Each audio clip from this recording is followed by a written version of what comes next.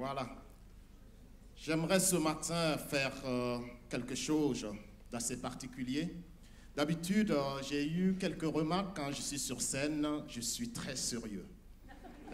C'est ce qu'on m'a dit. Bon, je ne l'ai pas pris mal, parce que d'habitude, j'aime bien rigoler. Mais ce matin, je vais essayer de vous faire rire. Mais dans un premier temps, on a eu dimanche passé quelques personnes de l'église chez nous, et il y a eu une discussion, je ne sais pas comment elle est partie. Mais je me souviens de Geneviève Marche et puis Jean-Mi qui parlaient de là où étaient assis les gens dans l'église. Et ça m'a inspiré, toute la discussion. Je ne vais pas vous la relater, mais ça m'a inspiré pour la prédication ce matin. Et j'aimerais faire quelque chose, si vous êtes d'accord, vous changez de place. Vous changez de place, vous allez à un endroit où vous n'êtes jamais assis dans l'église. Mais ce n'est pas une obligation.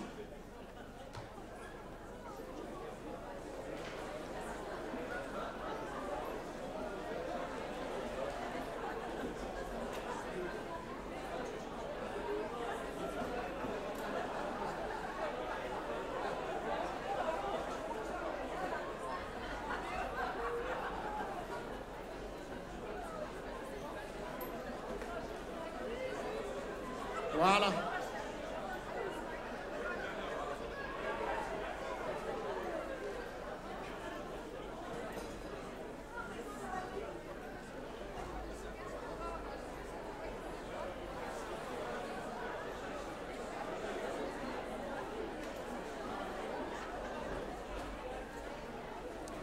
Voilà.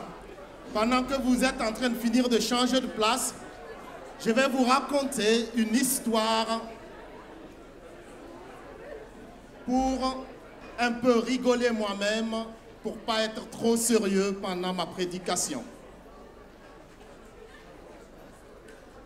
C'est une histoire qui n'a pas un fondement biblique ou théologique, mais un jour, Dieu a convoqué tous les hommes de la terre.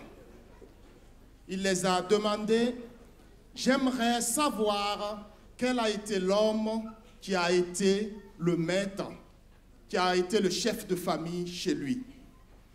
Tous ceux qui ont été le chef de famille chez eux, ils se mettent à droite. Et ceux qui l'ont laissé à leur femme, ils se mettent à gauche. Tous les hommes se sont mis à gauche, sauf un seul homme qui est allé à droite. Et Dieu lui dit, je suis fier de toi, mon fils. Peux-tu expliquer à tous les autres hommes comment tu as fait? Un temps de silence, une pause. Il dit, c'est ma femme qui m'a dit de me mettre à droite. Voilà. Maintenant que vous avez rigolé, on peut être sérieux. Prions.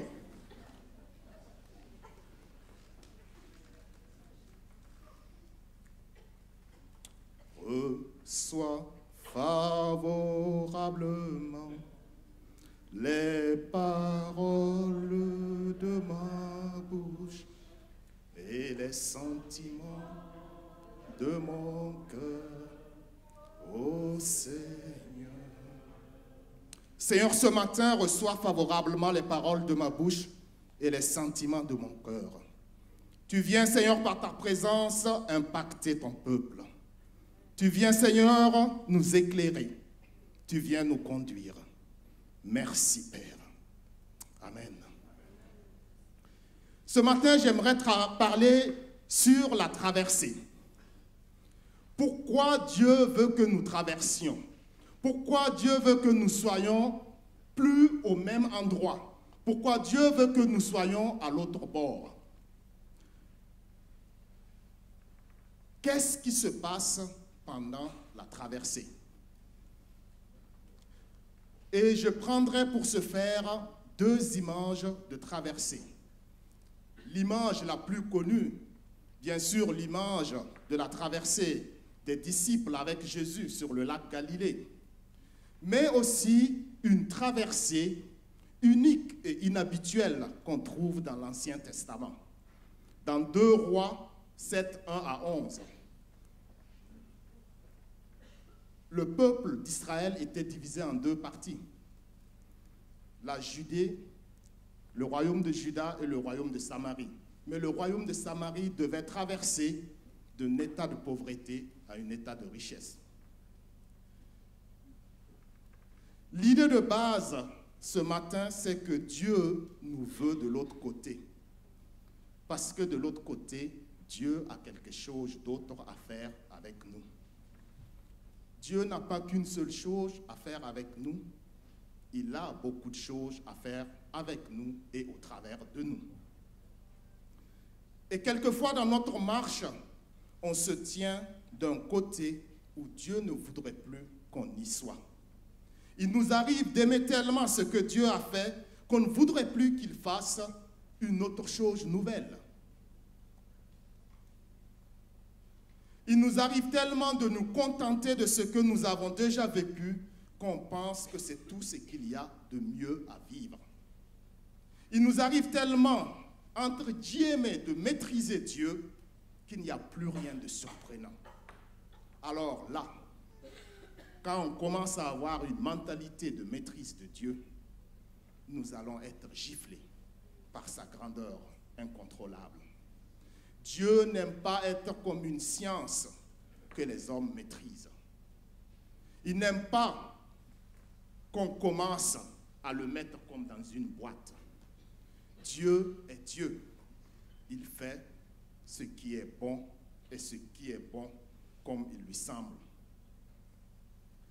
Et parfois dans notre parcours, on se tient d'un côté où l'on pense qu'on est plus en sécurité. On est dans notre zone de confort et on pense qu'on maîtrise bien les choses et on ne veut pas aller de l'autre côté. De l'autre côté, on n'a pas le diplôme pour. De l'autre côté, on n'a pas nos amis. De l'autre côté, on n'a pas l'argent pour. De l'autre côté, on n'a pas les capacités pour ce que Dieu veut que nous fassions. Mais Jésus dit à ses disciples, allons à l'autre bord. Lisons dans Marc 4, 35 à 41.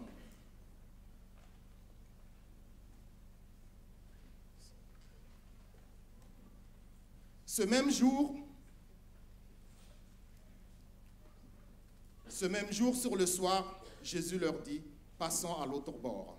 Après avoir renvoyé la foule, ils l'amenèrent dans la barque où il se trouvait, et il y avait d'autres barques avec lui. Il se levait un grand tourbillon, et les flots se jetaient dans la barque, au point qu'elle se remplissait déjà. Et lui, il dormait à la poupe sur le coussin. Ils le réveillèrent et lui dirent, « Maître, ne t'inquiètes-tu pas de ce que nous périssons ?» S'étant réveillé, il menaça le vent et dit à la mer, « Silence, tais-toi !» Et le vent cessa, et il y eut un grand calme. Puis il leur dit, « Pourquoi avez-vous ainsi peur? Comment n'avez-vous point de foi ?» Ils furent saisis d'une grande frayeur, et ils se dirent les uns aux autres, « Quel est donc celui-ci à qui obéissent même le vent de la mer ?» Avant cette parole de Jésus de dire de traverser, il venait de finir d'enseigner sur le royaume de Dieu. Il a parlé de beaucoup de paraboles. Comment était le royaume de Dieu. Et soudainement, il dit aux disciples, traversons, allons de l'autre côté. Qu'est-ce qu'on a à faire ici? Et dans le livre de Marc, c'est le tout premier évangile qui a été écrit, chronologiquement parlant. Marc est en train de parler de Jésus, un serviteur en action. Quand vous lisez le livre de Marc, vous avez l'impression que Jésus a tout fait en un jour. Aussitôt Jésus alla, aussitôt Jésus ceci. Et ça donne une impression que tout a été fait en un jour. Ce matin, est-il possible que là où vous pensiez, où vous êtes bien, ne soit que le minimum du plan de Dieu pour vous? Est-il possible que vous pensiez que le défi que vous avez déjà résolu ne puisse être que la moindre des choses? Est-il possible que vous avez déjà gagné des lions et des ours alors que vous êtes créé pour affronter Goliath?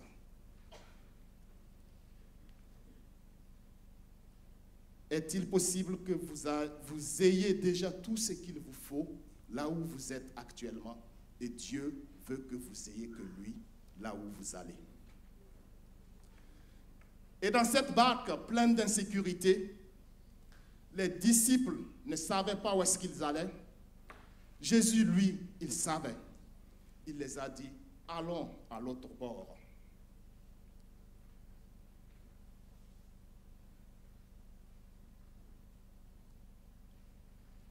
Je pose beaucoup de questions ce matin, mais c'est pour nous amener à réfléchir et à méditer une fois à la fin du culte. Est-il possible que Dieu ait tracé un plan pour vous et vous avez déjà pris des risques avec lui, mais parce que vous êtes en train de prendre des risques, le vent se lève encore? Ce n'est pas parce que nous voyageons avec Dieu que le vent ne se lèvera pas. Deux fois, nous avons tendance à penser que moins de combats, plus de Dieu. Oui, parfois, c'est le contraire. Plus de Dieu, plus de combats. On pense souvent que moins on a d'adversité, donc Dieu nous a agréés. Détrompez-vous.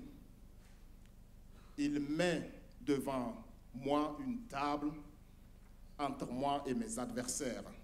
Vos adversaires sont invités à la fête de Dieu pour votre couronnement. Vous savez, quand vous envoyez votre lettre, votre invitation de bonheur, vos adversaires ne viendront pas. Ils n'aiment pas ça. Mais quand ils reçoivent l'invitation de votre malheur, ils vont tous venir. Lorsqu'ils savent que vous allez être élevé, ils n'aiment pas ça. Mais lorsqu'ils savent que vous allez être cloué à la croix, ils viennent tous.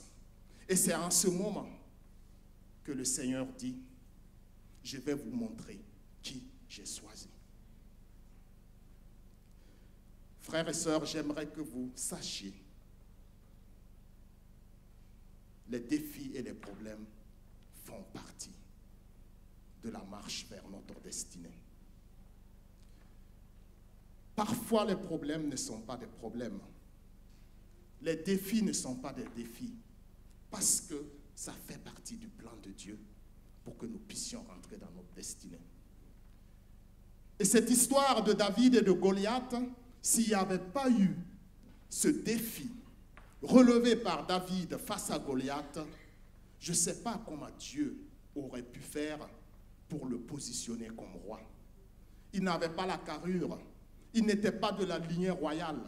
Comment Dieu fait pour qu'il y ait une nouvelle lignée royale s'il n'y avait pas eu ce défi que David a relevé?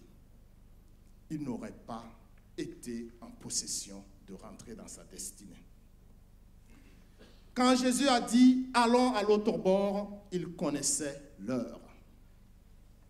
Et je lisais encore sur le dictionnaire biblique, jusqu'aujourd'hui, dans les eaux du lac Galilée, à certaines heures de la journée, il y a des vents forts qui se lèvent. Parce que c'est un lac qui est à moins de 100 mètres du niveau de la mer, et dû à cela et l'altitude environnante, cela provoque tout le temps des intempéries et des tempêtes. Et quelqu'un d'expérience comme Pierre devait être impatient de savoir quand est-ce Jésus allait venir pour qu'il traverse. Mais Jésus, il prend son temps. Il raconte même des paraboles, des histoires, souvent que les gens ne comprennent pas. Et je suis sûr, certains, si j'étais là, j'aurais dit, continue de raconter, c'est bien beau. Mais si tu veux traverser là, il faut te dépêcher. Et je crois que Pierre, qui était expérimenté, qui était pêcheur, se posait probablement cette même question. Quand est-ce que Jésus va finir? Parce que dans une demi-heure, les eaux du lac ne seront plus pareilles. Mais Jésus prend tout son temps. Et quand il se met en route, pire encore, il dort. Il nous a foutus dans tout ça et il dort. Je m'excuse de l'expression. Jésus, comment tu dors? Et dans les disciples, il y avait Pierre, André, Jean et Jacques, qui étaient des pêcheurs bien aguerris. Et je suis sûr, pendant la tempête, ils ont essayé de manœuvrer, de faire tout ce qu'ils pouvaient pour que la barque ne chavire pas. Est-il possible que Dieu vous ait amené quelque part où votre spécialité n'en est plus rien du tout? Où toutes vos compétences dans la situation semblent inutiles et inefficaces? Quelquefois, toute la force de Dieu se manifeste dans nos faiblesses et dans nos limites. Et deux fois dans des contextes, comme dans un contexte de leadership ou dans un contexte de management, on peut avoir pourtant toutes les capacités, on peut avoir tout essayé, mais rien n'a changé. On a même parfois fait des renforcements de capacités pour comprendre qu'est-ce qui ne marchait pas, mais rien n'a changé. Dans ces circonstances et en ces moments-là, on a besoin de Jésus, mais il dort. Parce que Jésus dort dans notre nature, dans notre tendance humaine, on veut continuer à chercher les solutions nous-mêmes. Au lieu simplement d'aller réveiller Jésus et puis lui dire, « Maître Seigneur, écoute, on a des problèmes. » Vous voyez, les disciples, ils sont quand même exceptionnels. Au verset 38, au lieu de simplement d'aller voir Jésus et puis lui dire, « Écoute Seigneur, on a des problèmes, aide-nous. » Il dit ceci, « Ne t'inquiètes-tu pas de ce que nous sommes en train de périr. » Ils voyaient déjà leur mort. C'est comme s'il disait, Jésus, on ne croit pas que tu dormais, tu faisais semblant. Ça ne te fait rien si on est en train de lutter contre la tempête. Les disciples voyaient déjà leur mort. La bonne nouvelle est que même quand nous sommes dans nos moments les plus difficiles et nous combattons dans notre traversée, et nous manifestons notre incrédulité, lorsque notre Seigneur se lève, il ne nous gronde pas en premier. Jésus, lorsqu'il s'est levé, il a grondé le vent. Et après, il s'est retourné vers les disciples pour s'adresser à eux. J'ai pris ce matin que, Seigneur, tu commences par ceux qui me font peur. Tu commences par mes ennemis. Tu commences, Seigneur, par l'adversité. Et après, on arrangera ça entre nous. Après, tu viens t'occuper de mes faiblesses, de mes fatigues et de mon incrédulité. Finis avec ceux qui me font peur et viens me rassurer que tu es là et tu es mon Dieu.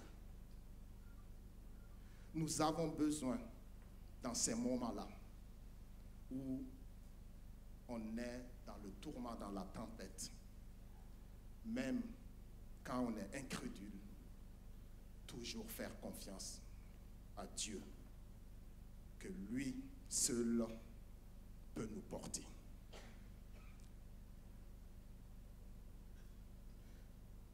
Dans 2 Rois 7, 1 à 11, je ne vais pas lire toute cette histoire. Il y a des choses, je vous les lirai, pour ceux qui sont très sensibles. Il y a certaines fois dans la Bible, il y a des choses, vous les lisez, et puis vous secouez comme ça. Mais je vais quand même vous raconter une des histoires qui est relatée dans ce livre. De l'autre côté, un jour, la Samarie était assiégée par les Syriens.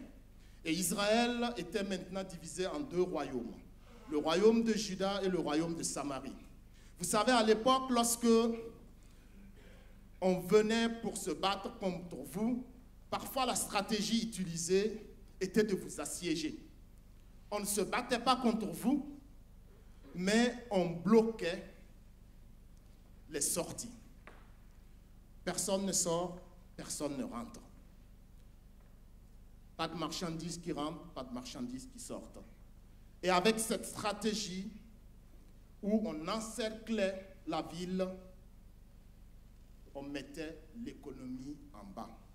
Et la pauvreté commence à se faire sentir. Est-il possible ce matin que le diable n'est pas rentré dans la maison, mais il a encerclé le dehors? Le diable ne t'a rien fait, mais il a vidé toutes tes poches. Il n'a pas touché à ta santé, mais il a touché à tout ce que tu as. Et le royaume de Samarie vivait cette situation. Jusqu'à ce qu'un jour, 2 femmes s'entendent pour manger leurs enfants. Je ne veux pas savoir à quoi ça ressemble. C'est terrible. Ils mangent l'enfant de la première femme, et lorsqu'ils devaient manger l'enfant de la deuxième femme, elle est allée cacher son enfant. Il rencontre le roi. Il explique la situation et le roi était tellement fâché qu'il a même déchiré ses vêtements. Le prophète Élisée vient et il donne cette parole. Demain, à cette heure-ci, je vais vous le lire, cette parole du prophète Élisée dans 2 Rois 7, le verset 1.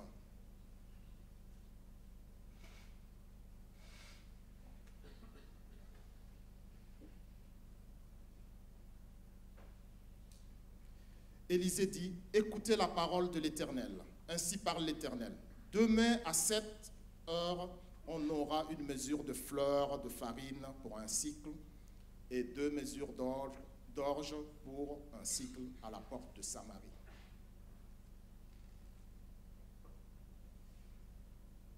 Il vient, il donne une parole prophétique.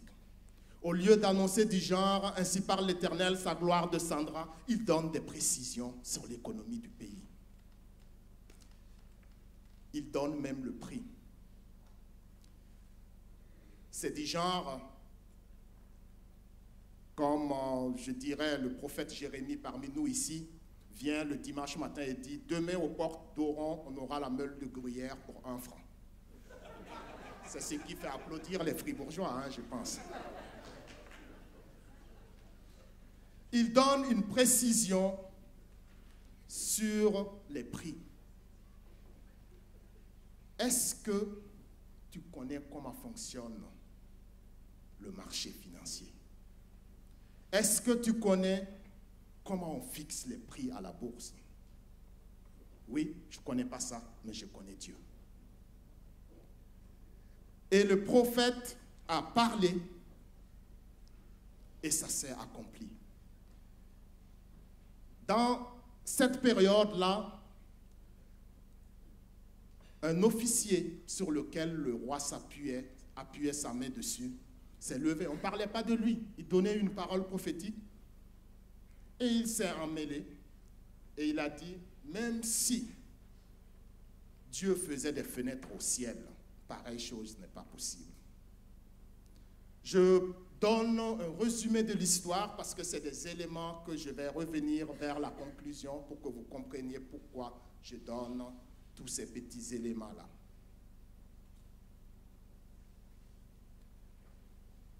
Généralement, lorsque nous devons traverser, quitter d'un côté de la vision pour aller vers l'autre côté de notre appel, il y a quelques principes que j'aimerais partager rapidement avec vous. En tant qu'Église, nous devons quitter le niveau actuel pour aller vers un autre niveau, pour aller vers une autre dimension. La dimension que je parle, ce n'est pas là où on va tout avoir, où on va avoir le bonheur de la terre. La nouvelle dimension dans laquelle on aimerait rentrer, c'est qu'à chaque étape, nous puissions ressembler et manifester les caractères, les traits de caractère de Christ dans notre vie et dans notre communauté. Ça ne sert à rien d'aller dans une nouvelle dimension où tout est grand et à l'intérieur, on se mange entre nous.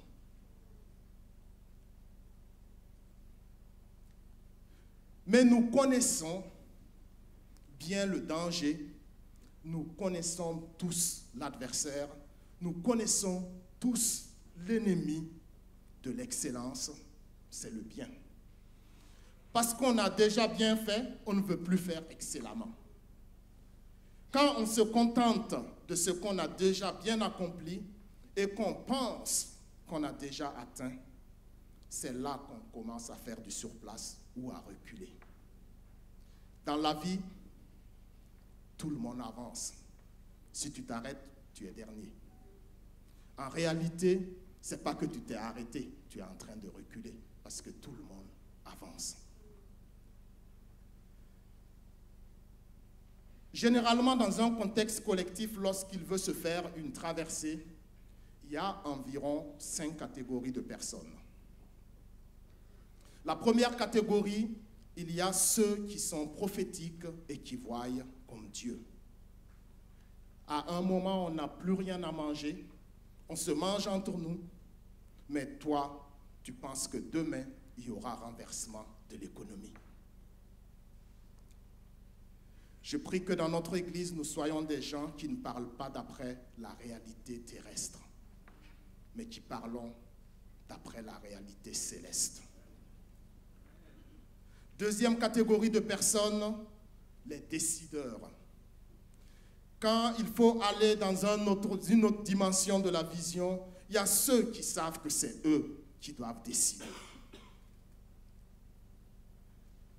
Une fois, je me souviens, quand on devait quitter la maison où on était, un de mes garçons, une fois m'a dit les affaires n'étaient pas tout à fait faites, et puis avec le stress, je me mets à un peu gueuler dans la maison. Et il me dit, de toute façon, tu ne m'as pas consulté, papa, avant de construire là où on va. Puis je me suis dit, mais c'est quoi encore cette démocratie à la maison? Je dois te consulter pour savoir là où je vais construire et là où on va. J'ai dit, bon, je vais te donner tous les éléments. Je ne lui ai pas dit, mais j'ai pensé. Je te donnerai la facture d'électricité, la facture de mazout, la facture de ceci. Quand on deviendra actionnaire à part égale, on pourra décider ensemble. Vous ne savez pas la pression qu'on a quand on est pasteur ou quand on est leader pour décider de certaines choses. Il y a une pression. Et cette pression ne devrait pas nous arrêter de décider pour aller de l'avant, pour voir le royaume de Dieu parmi nous. Certaines fois, l'erreur qu'on fait, on décide de rien du tout et on laisse les choses aller parce qu'il y a une pression. Mais ce matin, je prie que ceux qui doivent décider puissent, indépendamment de cette pression, décider de faire ce que Dieu veut que ça soit fait. Et Dieu va se manifester dans toute sa gloire. Troisièmement, on a les sceptiques qui sont proches du leader. Comme cet officier de l'armée du roi, on ne parlait pas de lui, le prophète a donné une prophétie. Et il s'en mêle. Vous trouverez cela dans 1 Roi 7, le verset 2. Il s'en mêle. Même si Dieu faisait pareille chose, ça n'arriverait pas. Je me souviens quelquefois en Afrique, quand j'étais jeune, les grands politiciens, ils faisaient la loi. Eux, ils étaient au-dessus de la loi. Ils roulent avec leur grosse 4x4, ils passent au feu rouge, ils vous cognent à l'arrière et ils sortent de leur voiture et en plus, c'est eux qui vous grondent. Ils t'intimident comme s'ils disent « Tu sais qui je suis? Qui sait qui je suis ?» Puisqu'il dit ça, tu ne vas pas lui poser la question, qui il est.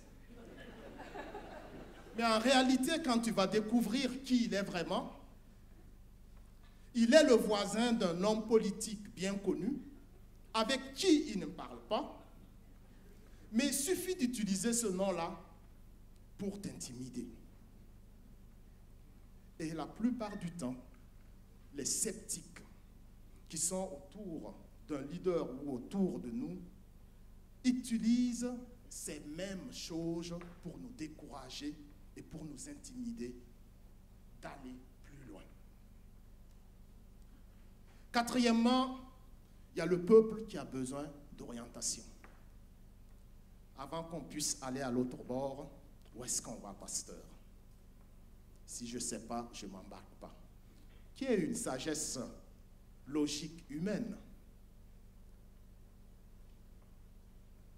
Mais lorsqu'on a ce réflexe constamment de vouloir comprendre, savoir où Dieu nous conduit, on ne traversera jamais. Parce que notre foi doit traverser d'abord avant que nous puissions traverser. Si ta foi ne traverse pas, tu ne traverseras pas. Cinquièmement, la cinquième catégorie de personnes, je m'excuse du terme si je vise personne, les lépreux. Les lépreux, dans le livre de 2 Rois, quand on voit le contexte, c'est ceux qu'on ne compte pas sur la liste. Dans nos calculs, pour aller plus loin, pour aller à l'autre rivage,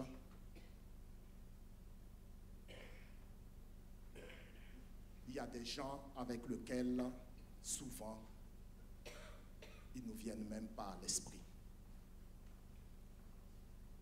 Lorsque le prophète disait demain il y aura réduction de prix, personne n'a placé les lépreux dans le calcul.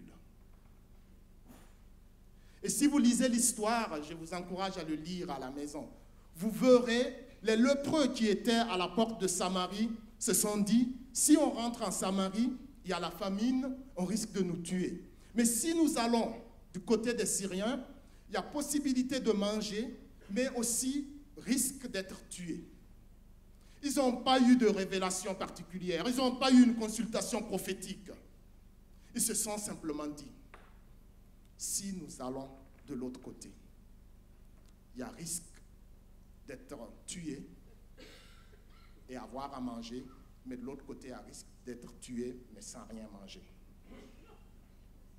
Est-il possible que dans vos calculs, il y ait un paramètre que vous ayez oublié? Pour avancer avec Dieu, nous devons lui laisser toute la place et toute la priorité. Même les choses viles, Dieu peut les utiliser pour nous amener à avancer. La traversée est un signe que la mission a changé. Quand la mission change, la première des choses qui nous quitte, c'est l'onction. L'onction nous quitte et elle nous précède là où nous allons.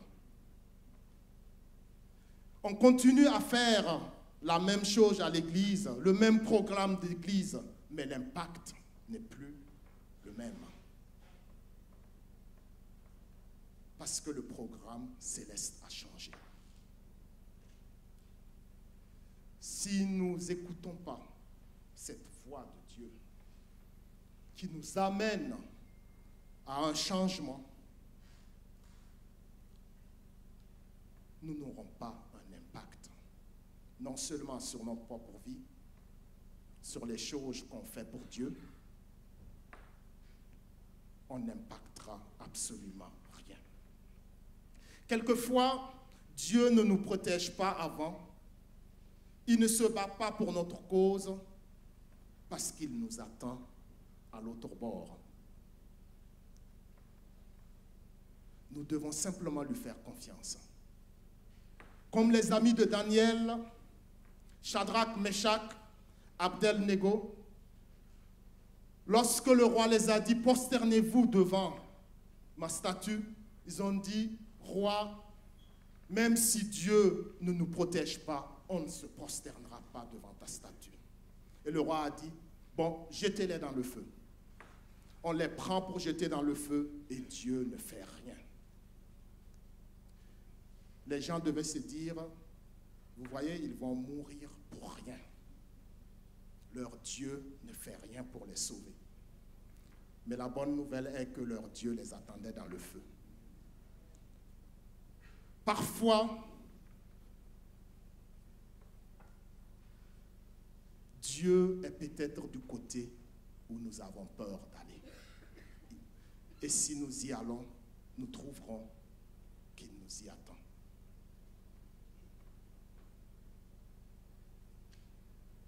Allez là où Dieu vous envoie, vous trouverez qu'il vous y attend.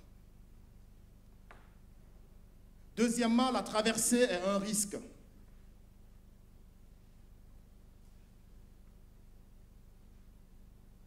Il n'y a pas d'autre terme de se risquer que d'expliquer le mot risque. On se pose toujours la question, est-ce que ça va marcher? Est-ce que ça va fonctionner?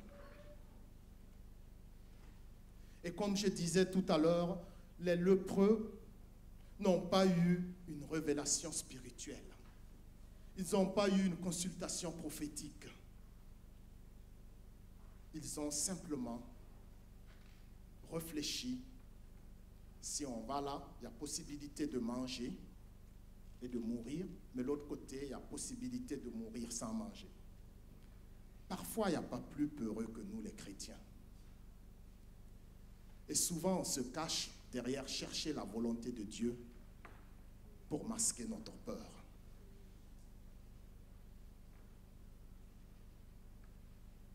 Je me disais, pourquoi des grands de ce monde, comme Bill Gates, pourquoi ils ne cherchent pas la volonté de Dieu avant d'investir ces milliards?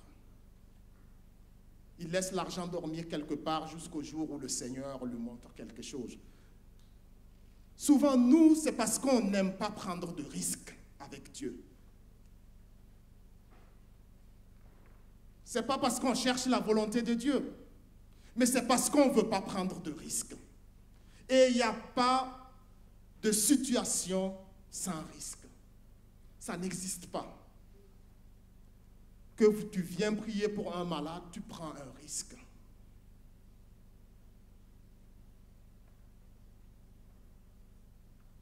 Parfois, lorsque nous risquons, pour Dieu, c'est là qu'il peut aussi manifester toute sa puissance et toute sa gloire.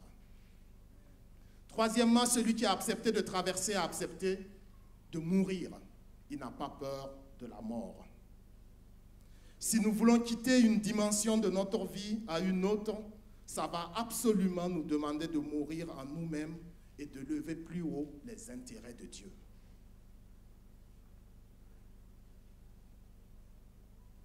Les disciples voyaient déjà leur mort. Les lépreux aussi ont réfléchi par rapport à leur mort. Mais lorsque nous voulons aller à l'autre bord et rentrer dans une nouvelle dimension, c'est capital que nous laissions le Seigneur croître en nous et que nos désirs meurent petit à petit et que la chair soit clouée. Chaque traversée soulève une adversité. Il y aura des ennemis internes et des ennemis externes. Quand c'est les autres à l'extérieur qui parlent mal de nous, c'est supportable, c'est acceptable. À la limite, on s'en fiche. Mais quand c'est à l'intérieur qu'il y a de l'adversité, tu te lèves le matin avec le découragement, toute la journée découragement, et tu te couches le soir avec le découragement. L'adversité interne peut parfois nous empêcher d'aller à l'autre bord. Et à ceux qui, dans un contexte d'église, qui disent toujours à notre époque. À notre époque, on sentait la présence de Dieu quand on rentrait dans l'église à Oron. Oui, votre époque est terminée. Ce n'est pas une question d'époque, c'est une question de Dieu. Quand on a commencé, Oui, mais laissez-nous terminer.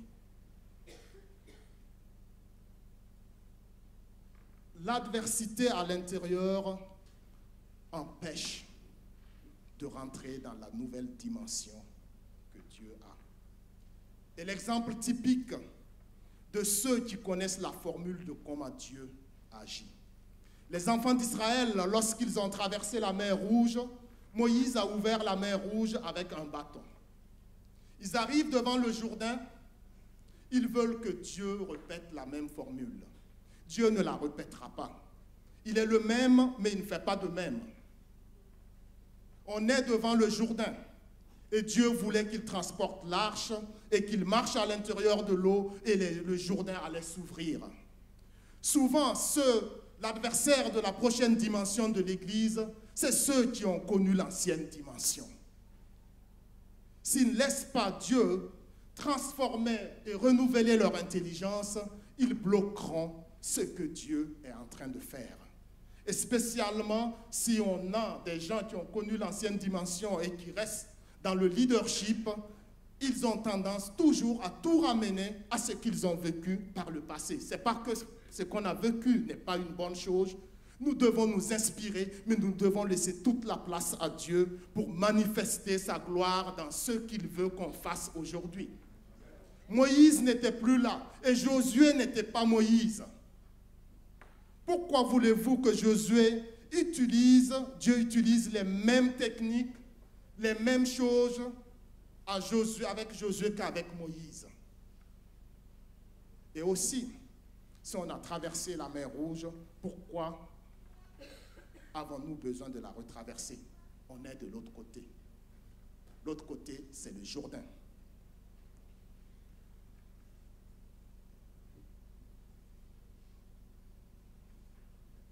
La traversée impose un leadership différent. Chaque fois que nous devons traverser, nous devons changer notre manière de diriger les gens, notre façon de faire les choses. Si nous faisons les mêmes choses régulièrement et on n'aime pas le résultat final, il faut changer. Si tu continues de faire la même chose, tu obtiendras le même résultat. Si tu veux obtenir autre chose comme résultat, il faut changer la façon de faire les choses. Et Jésus nous a montré dans cette barque une nouvelle manière de leadership, de comment gérer les gens. Lorsqu'il s'est réveillé, il ne s'est pas adressé premièrement à ses disciples pour les gronder. Il s'est adressé à la tempête. Nous devons changer notre manière de nous adresser les uns aux autres. Traiter le problème d'abord et après venir avec amour pour se parler. Sixièmement, dans la traversée, Dieu est juste dans les petites choses, les petits pas de ceux qui ont accepté de traverser. Quand Dieu nous promet de grandes choses, sachez qu'il va le faire avec de petites choses. Si Dieu fait de grandes choses avec des choses grandes, alors où est sa grandeur? Si Dieu rend David grand pour se battre avec un Goliath, où est la grandeur de Dieu? Il laissera David petit pour que l'écart entre David et Goliath justifie la taille réelle du Dieu qui est derrière lui. Les petites choses, ça marche si Dieu est là-dedans. Septièmement, la traversée exige de la confiance. Avez-vous confiance en Dieu? Parfois, nous donnons tellement de critères avant de faire confiance. Nous ne pourrons pas traverser si nous ne lui faisons pas confiance.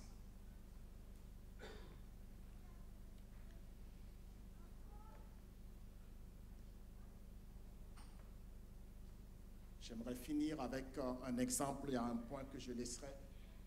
Mais un jour, un jeune homme demandait à son père, c'est quoi la foi, c'est quoi la confiance? Et un jour, son père travaillait en dessous du pont de Grange. Et l'enfant dit à son père, je vais venir vers toi, papa. Et son père n'avait pas meilleure occasion de lui enseigner ce qu'est la foi et ce qu'est la confiance. Il va vite éteindre la lumière et tout devient noir en dessous. Et l'enfant dit, papa, je veux venir vers toi. Et il dit, oui, saute. Il dit, mais papa, je ne vois pas. Si tu vois, à quoi sert la confiance? Papa, je vais sauter, hein? Et nous, souvent aussi, on fait pareil avec Dieu. Seigneur, tu vois, demain, j'ai un entretien, c'est un entretien difficile. On l'informe Dieu sur quelque chose qu'il sait. Et cet enfant, il dit, papa, je vais sauter, hein? Et il prend son souffle et tu vois qu'il respire de plus en plus fort. Papa, je vais sauter, hein? Et oui, saute, je t'attends.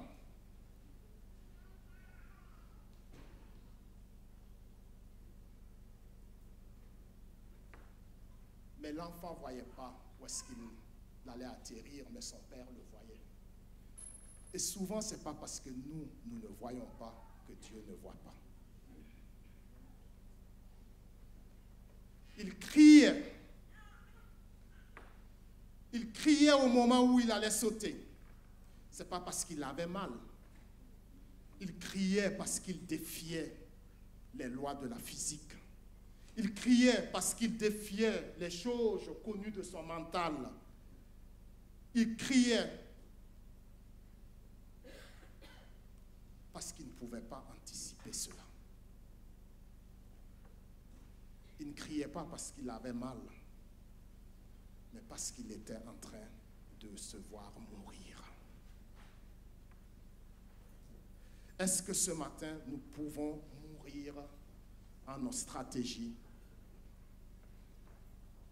et laisser Dieu nous conduire? Je vais m'arrêter là parce qu'il faut que les parents aillent chercher les enfants. Mais simplement, que nous prenions 2-3 minutes chacun devant le Seigneur. Est-ce qu'on peut faire confiance à Dieu pour là où il nous appelle à aller? Est-ce que nous pouvons nous mourir dans nos stratégies? Est-ce que nous pouvons mourir dans nos diplômes, dans nos compétences, dans nos connaissances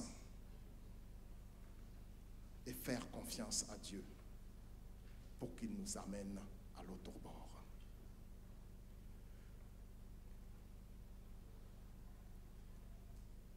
Seigneur, je veux te faire confiance.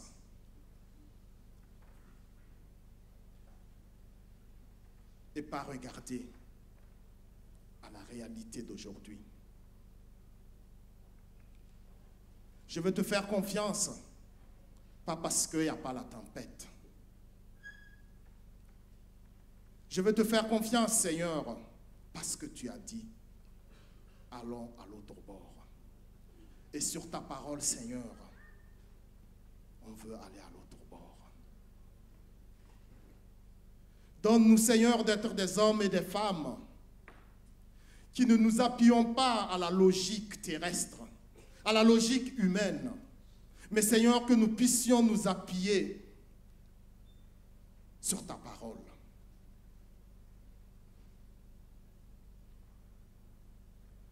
Pasteur, Dieu a parlé. Oui, mais regarde le budget de l'Église, on ne peut pas le faire. Lorsque Dieu parle, il pourvoit. Et Seigneur, nous voulons totalement nous remettre entre tes mains et te faire confiance dans ce à quoi tu nous appelles.